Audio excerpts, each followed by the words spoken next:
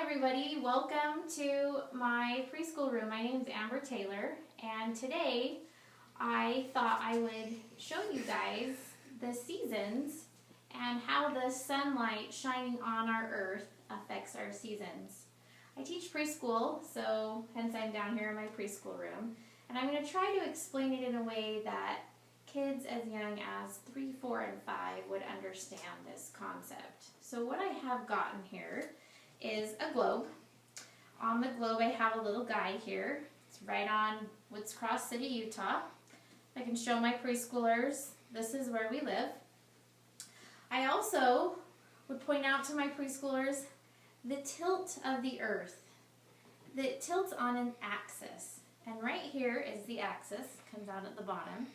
So my earth doesn't sit directly like this, it's at a tilt, 23.5 degrees to be exact. And that's how it sits. And because of this tilt, that's what causes our seasons to happen.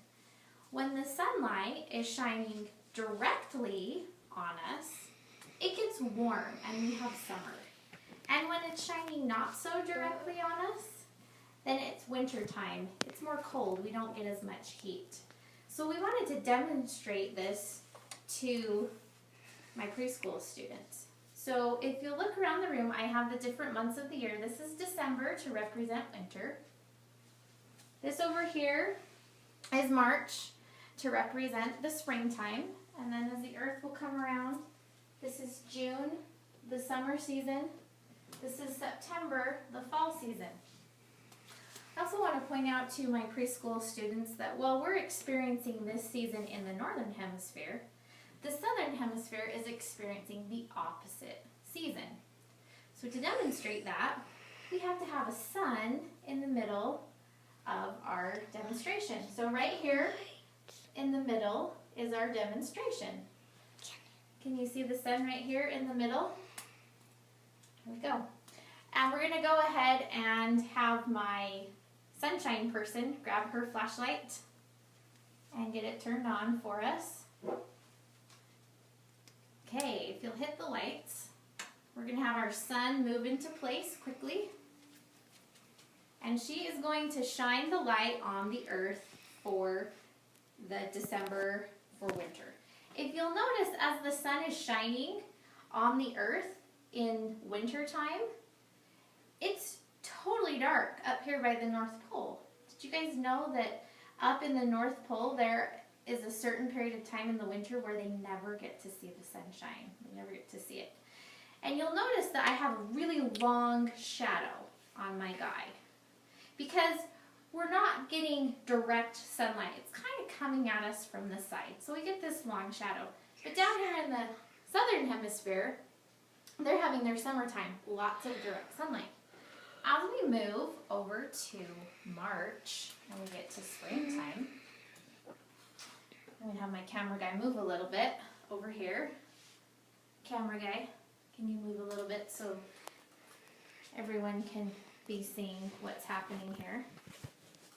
So I'll get that rotated around.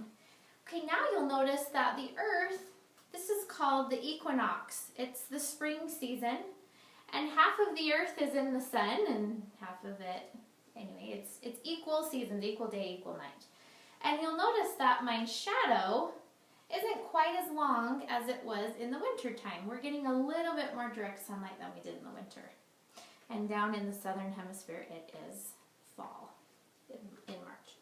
Then as we come over here to June, we get our summer season.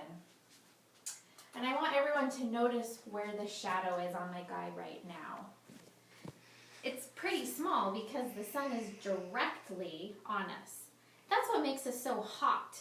It's because the sun is shining right at us and on top of us.